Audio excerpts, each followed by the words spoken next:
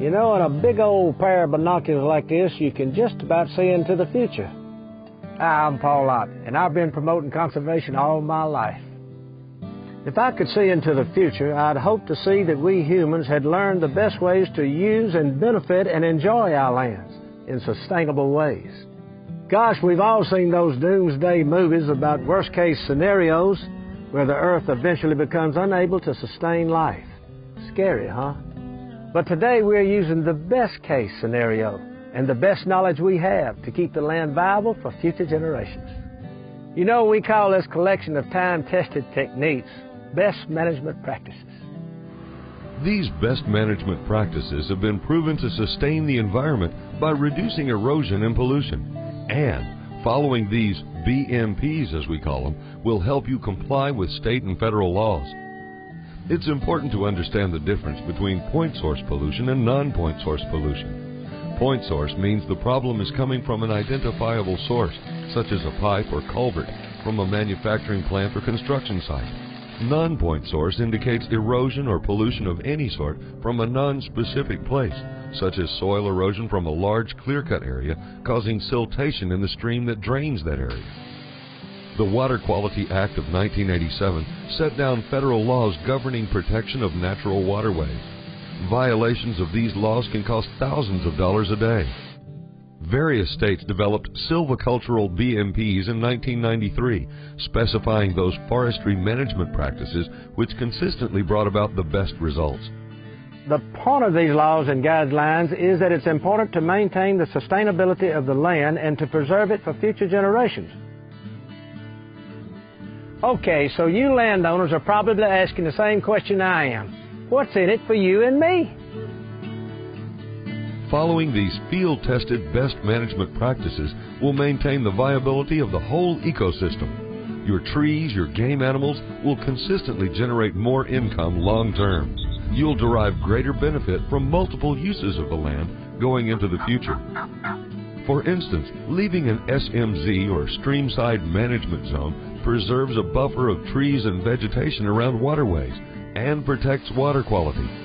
Helps wildlife too. You know, I've had the opportunity in the 57 years I've been around to hunt quite a few places. I've been all over the world. I've seen the good conservation and I've seen the bad. But what to me right now is important is water conservation here in the South and really all over the United States, but I'm more familiar with it right here in our area. Now the farmers, the ranchers, the timber people have learned through the forestry commissions and through their timber managers that you can go in and you can leave diversion areas, you can leave strips of woods around the edge of your fields or your creeks, your streams, and it acts as a filter to wash off, to clean this wash up before it gets in our oxbow lakes, our streams, our rivers. And when we did this, it really enhanced our land and our land practices. You know, what we want to do is we want to leave this land better than we found it. We want to leave it for our kids and our grandkids. You know, you don't realize how important a little thing like BMP is. And when you do it and you do it right, it really makes a difference. Well, if we'll just do the right thing, old Mother Nature will keep our lands attractive to enjoy now and productive for generations to come. You know, we all want our grandchildren and their children to benefit from this land too, because they may want to do something different. Mississippi's water resources are used year-round. You go out to any of Mississippi's lakes, rivers, and streams any time of the year, and you find people out there enjoying them, from camping to hunting to fishing to swimming to boating. And you would hate to go out there and lose this opportunity. And you would hate to see our water resources degraded to such an extent that we couldn't use them anymore. And one of the best ways to protect these natural resources is to follow Mississippi's time-tested techniques, our best management practices. This is the best way to protect our natural resources and our water quality from such things as non-point source pollution. An added benefit with our crazy Mississippi weather is that well-managed land can recover more quickly from natural disasters like hurricanes, tornadoes, or floods. The bottom line for these best management practices is long-term sustainability, doing the right things now to assure the health and value of our lands into the future. And think about this. Voluntary compliance now could prevent government intervention later. In some states, widespread non-compliance with sound management practices has led to restrictive laws. We don't want that to happen here in the Magnolia State.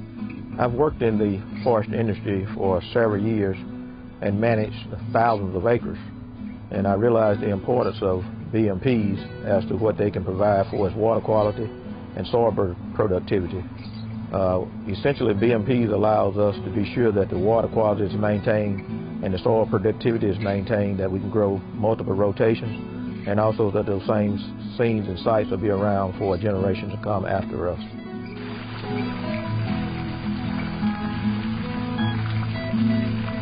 And now we're going to show you some brief examples of BMPs. We have a companion video that goes into greater detail, and the Mississippi Forestry Commission has several publications with specific instructions, including charts and illustrations. One important best management practice is called the SMZ, or Streamside Management Zone. An SMZ is a buffer area adjacent to a stream or other waterway where most of the trees and vegetation are left intact. This accomplishes a number of things, protects water quality by reducing erosion, and provides wildlife with corridors and habitat. It greatly reduces the negative effect of harvesting on the land. There are formulas for the width of an SMZ, depending on slope, soil quality, and other factors. So now we know that how important it is to leave those corridors along rivers and streams. It's a perfect place for wildlife to if you would like to hunt or just bird watch. It protects the rivers and streams from erosion and makes cleaner water for our wildlife and for people. People like to get in that water and enjoy the boating and fishing and water sports. And we just think it's so important to protect those resources today. Okay, so water bars. They're kind of like dirt speed bumps for water on logging roads or bars on a guitar. A ridge of earth is pushed up at an angle by a bulldozer to divert water flow off the road, preferably across an area of vegetation to reduce erosion and runoff.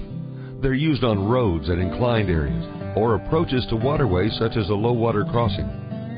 There are a number of best management practices for forestry in Mississippi. They provide a usable, tested roadmap for long-term sustainable management of forest lands.